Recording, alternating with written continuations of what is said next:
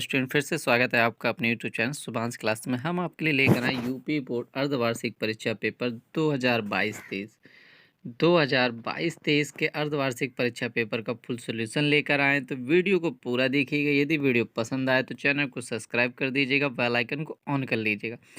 तो बहुविकल्पी क्वेश्चन है। पहला क्वेश्चन है हमारा का नंबर है, अष्टयाम की रचयिता है। अष्टयाम की रचयिता कौन है? गोकुलनाथ, वल्लभाचार्य, नाभादास, तुलसीदास। तो राइट आंसर क्या हो जाएगा हमारा? नाभादास। इसके बाद नेक्स्ट क्वेश्चन है हमारा, सदल मिश्र की रचना है। प्रेम सागर, नासिकेतोपाख्यान, सुखसागर, उदयभान चरित्र। तो राइट आंसर क्या हो जाएगा? Option number 2, नासिकेतो। इसके बाद नेक्स्ट क्वेश्चन है हमारा, राहुल संकीर्तनानंद का वास्तविक नाम क्या था? सुदामा प्रसाद पांडे, वासुदेव सिंह, वैद्यनाथ सिंह, केदारनाथ पांडे। तो राइट आंसर क्या हो जाएगा? इनका नाम क्या था? केदारनाथ पांडे। तो ऑप्शन नंबर डी बिल्कुल सही हो जाएगा, केदारनाथ पांडे। इसके बाद नेक्स्ट क्वेश्चन है, तार सप्तक के संपादक हैं दिनकर, अग्रे, निराला, मुक्तिबोध। तो राइट आंसर क्या हो जाएगा? अग्गे। इसके बाद नेक्स्ट क्वेश्चन है, वोल्गा से गंगा के लेखक कौन है? मुंशी प्रेमचंद, जैनेन्द्र कुमार, हजारी प्रसाद द्विवेदी, राहुल संकीर्तन। तो राइट आंसर क्या हो जाएगा? राहुल। ऑप्शन नंबर द बिल्कुल सही हो जाएगा। इसके बाद नेक्स्ट क्वेश्चन है, क्वेश्चन नंबर दूसरा है, दूसरे का कहा है, जायसी का पद्मावत किस भाषा में लिखा गया है? ब्रज भाषा में, अवधी भाषा में, खड़ी बोली में, फारसी में। तो राइट आंसर क्या हो जाएगा? किस में लिखा है? अवधी भाषा में लिखा गया है। इसके बाद नेक्स्ट है, रीति काल का अन्य नाम क्या है? स्वर्ण काल, उद्भव काल, श्रृंगार काल, संक्रांति काल। तो राइट आंसर क्या हो जाएगा? श्रृंगार काल। इसके बाद नेक्स्ट है, गा नंबर है, विनय पत्रिका किस भाषा की कृति है? अवधी, मैथिली, खड़ी बोली, ब्रज। तो राइट आंसर क्या हो जाएगा? ब्रज भाषा की। आधुनिक युग की मीरा किसे कहा जाता है? महादेवी वर्मा, सुभद्रा कुमारी चौहान, सुमित्रा कुमारी चौहान, इनमें से कोई नहीं। तो राइट आंसर किसे कहा जाता है? महादेवी वर्मा को कहा जाता है। इसके बाद नेक्स्ट क्वेश्चन है, कठिन काव्य का प्रेत कहा जाता है घनानंद को, भूषण को, केशव को, पद्माकर को। राइट आंसर क्या हो जाएगा? केशव को। यदि वीडियो पसंद आ रही हो तो चैनल को सब्सक्राइब कर लीजिएगा और अपने दोस्तों को ज़्यादा से ज़्यादा शेयर करिएगा। और यदि आप कुछ पूछना चाहते हो तो कमेंट करके जरूर बताइएगा। अब अगला क्वेश्चन है हमारा, तीसरा क्वेश्चन है, दिए गए गद्यांशों पर आधारित प्रश्नों के उत्तर दीजिए। तो पहले देख लेते हैं, लॉन्ग क्वेश्चन है तो पहले सारे क्वेश्चन देख लेते हैं आप लॉन्ग, उसके बाद सभी क्वेश्चनों के एक साथ आंसर बता देंगे। तो है, पुष्पकित अशोक को देखकर मेरा मन उदास हो जाता है, इसलिए नहीं कि सुंदर वस्तुओं को हत भाव समझने में मेरी कोई विशेष रस मिलता है, कुछ लोगों को मिलता है। तो ये है इसके प्रस्तुत। तो इसमें पूछा गया, प्रस्तुत गद्यांश में लेखक व पाठ का नाम लिखिए। तो गद्यांश में है अशोक के फूल, आचार्य हजारी प्रसाद द्विवेदी जी की रचना है ये। प्रस्तुत गद्यांश में लेखक और स्वयं के विषय में क्या कहते हैं, तो ये सारी चीज़ें हम अभी आपको बताएंगे। तो अब पे पूरा पेपर देख लेते हैं। पहले क्वेश्चन नंबर 4 है, दिए गए पद्यांश पर आधारित निम्नलिखित प्रश्नों के उत्तर दीजिए। तो ये पद्यांश दिया गया, इसके नीचे प्रश्न उत्तर दिए गए हैं, तो उनके प्रश्न उत्तर के आंसर देने। तो वीडियो को बस आपको लास्ट तक देखना है।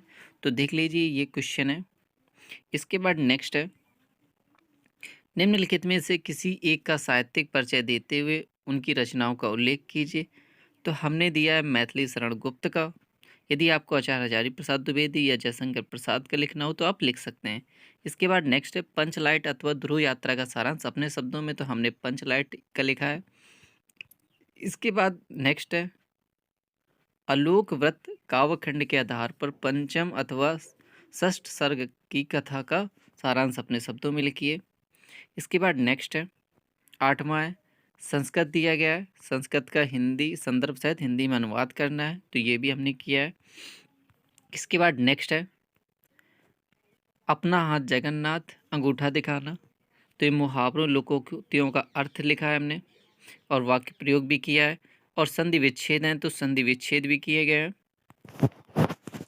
पहले का हो जाएगा महाधनोदय और दूसरे का हो जाएगा दानम्बर प्रति उत्तरम। इसके बाद नेक्स्ट क्वेश्चन है शब्द युग्मों का सही अर्थ, शब्दों में से किसी एक के दो अर्थ, वाक्यांश के लिए एक शब्द। तो ये सारे क्वेश्चनों के आंसर किए गए हैं। करुण रस अथवा रास रस, तो हमने करुण रस की परिभाषा दी है, इसमें रूपक अलंकार की दी है। तो ये था आपका पेपर। यदि वीडियो पसंद आ रहा हो तो चैनल को सब्सक्राइब कर दी। अब बताते हैं इस पेपर का फुल सोल्यूशन। यदि आपका कोई भी क्वेश्चन छूट गया हो तो एक बार फिर से देख लीजिए। अष्टयाम के रचयिता कौन है? नाभा दास जी हैं। सदल मिश्र की रचना है, सदल मिश्र की रचना है नासिकेतोपाख्यान। इसके बाद नेक्स्ट था राहुल संकीर्त्यानंद का वास्तविक नाम था केदारनाथ पांडे। तार सप्तक के संपादक थे अग्रे। वोल्गा से गंगा के लेखक कौन है? राहुल संकीर्त्यानंद। जायसी का पद्मावत किस भाषा में लिखा गया है? तो ये अवधी भाषा में लिखा गया है। रीतिकाल का अन्य नाम क्या है? श्रृंगार काल। विनय पत्रिका किस भाषा की कृति है? तो ये ब्रज भाषा की कृति है। आधुनिक युग की मीरा किसे कहा जाता है? तो महादेवी वर्मा जी को कहा जाता है। कठिन काव्य का प्रीत किसे कहा जाता है? तो केशव को कहा जाता है। नीचे दिए गए गद्यांश पर आधारित प्रश्नों के उत्तर। तो ये गद्यांश था हमारा। तो प्रस्तुत गद्यांश के लेखक व पाठ का नाम, तो पाठ का नाम है अशोक के फूल। लेखक है आचार्य हजारी प्रसाद द्विवेदी। प्रस्तुत गद्यांश में लेखक ने स्वयं के विषय में क्या कहा है?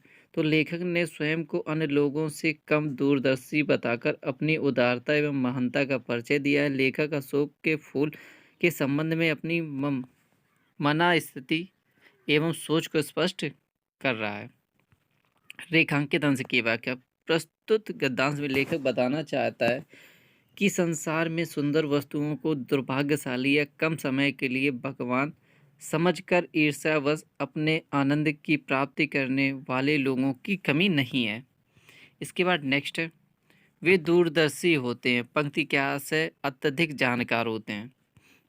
इसके बाद नेक्स्ट है चौथा क्वेश्चन है दिए गए पद्यांश पर आधारित प्रश्नों के उत्तर दीजिए। पद्यांश पढ़ लीजिए आप। तो पद्यांश का पहला क्वेश्चन है प्रस्तुत पद्यांश शीर्षक तथा कवि का नाम। तो शीर्षक है इसका कैकेयी के अनुताप और लेखक है इसके मैथिली शरण गुप्त। व्याख्या इसकी भरत सहित अयोध्या वासियों के पंचवटी पहुंचने के पश्चात रात्रि में श्री राम की कुटिया के सामने सभा बैठाई गई, जिसमें देख ऐसा आभास हो रहा था कि मानो आकाश रूपी मंडप के नीचे बहुत से तारे रूपी दीपक जगमगा रहे हों। सभा के लिए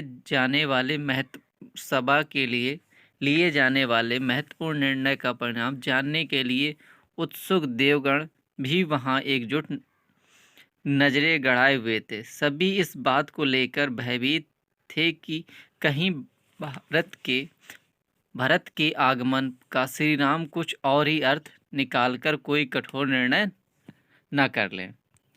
वहाँ का प्राकृतिक सौंदर्य अनुपम था। खिले हुए करौद पुष्पों से भरे हुए बगीचों से रह रहकर आने वाली मंद शीतल व सुगंधित पवन वहाँ उपस्थित लोगों को पुलकित कर रही थी। वहाँ ऐसी मनोहर चांदनी छिट रही थी जिसकी अन्यंत्र मिलता दुर्बल है। वह सभा लोकचंद्र सी प्रतीत हो रही थी। अलौकिक दृश्यों से परिपूर्ण उस शांत सभा में श्री राम ने सागर सदस्य अति गंभीर स्वर में बोलना प्रारंभ किया। इसके बाद नेक्स्ट है प्रस्तुत पद्यांश किस संदर्भ से संबंधित। प्रस्तुत पद्यांश में पंचवटी की प्राकृतिक छटा का मनोहरी वर्णन किया गया है। प्रकृति के सौंदर्य का यह वर्णन उस क्षण का है जब भरत सहित अयोध्या के वासियों को श्री राम से भेंट करने हेतु रात्रि सभा का आयोजन किया गया था।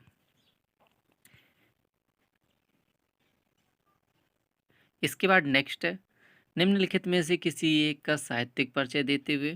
तो हमने मैथिली शरण गुप्त का दिया है।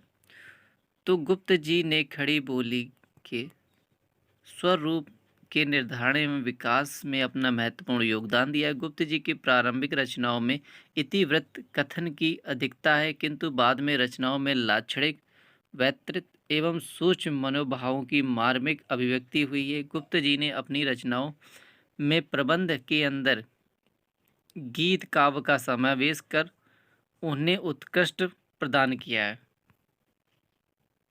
कृतियां हैं उनकी, देख लीजिए। भरत भारती, भाषा शैली, साहित्य में स्थान।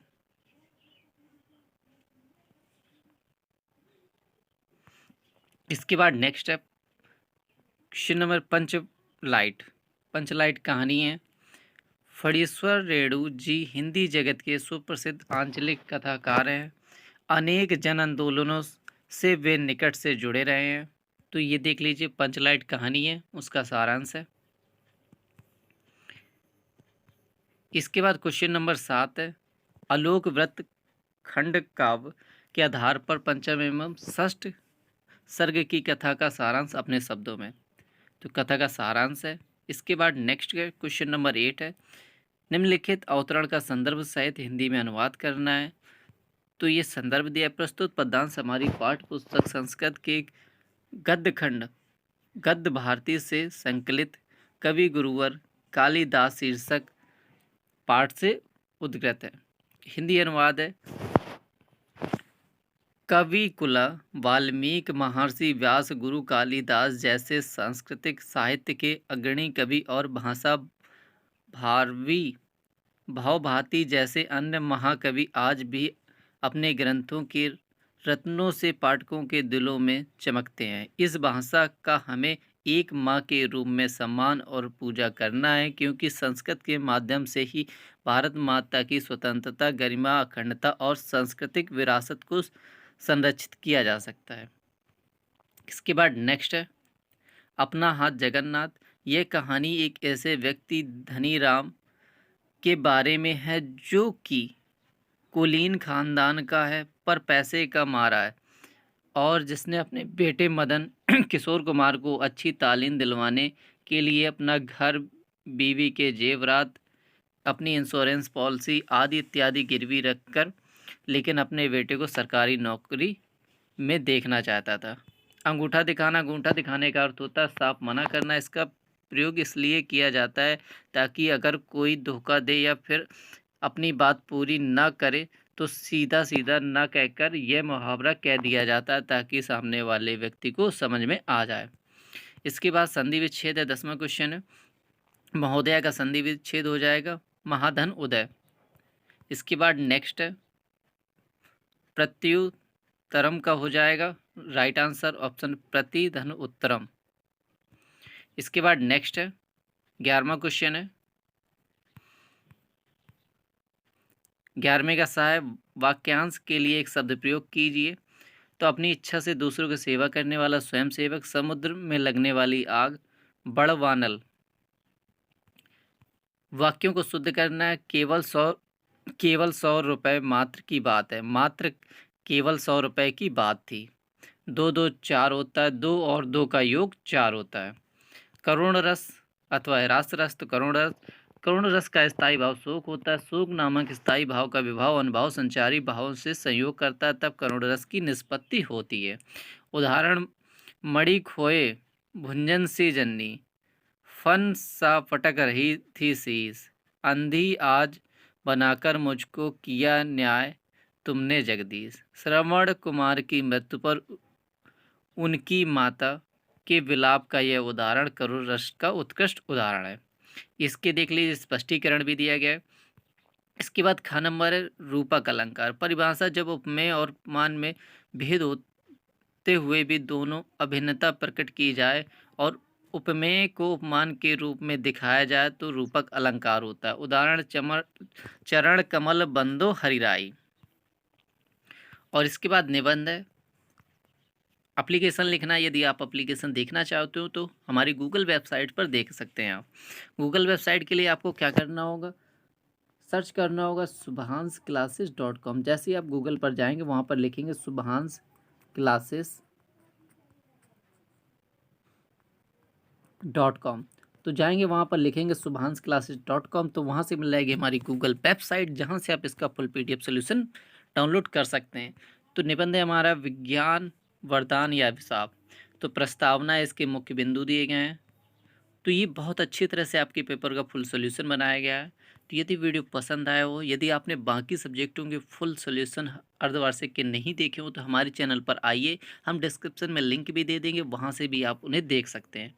चैनल पर जाएंगे, वहाँ पर देखेंगे तो सारे यूपी बोर्ड अर्धवार्षिक परीक्षा पेपर के फुल सॉल्यूशन मिलेंगे, कक्षा 9वीं से कक्षा 12वीं तक के।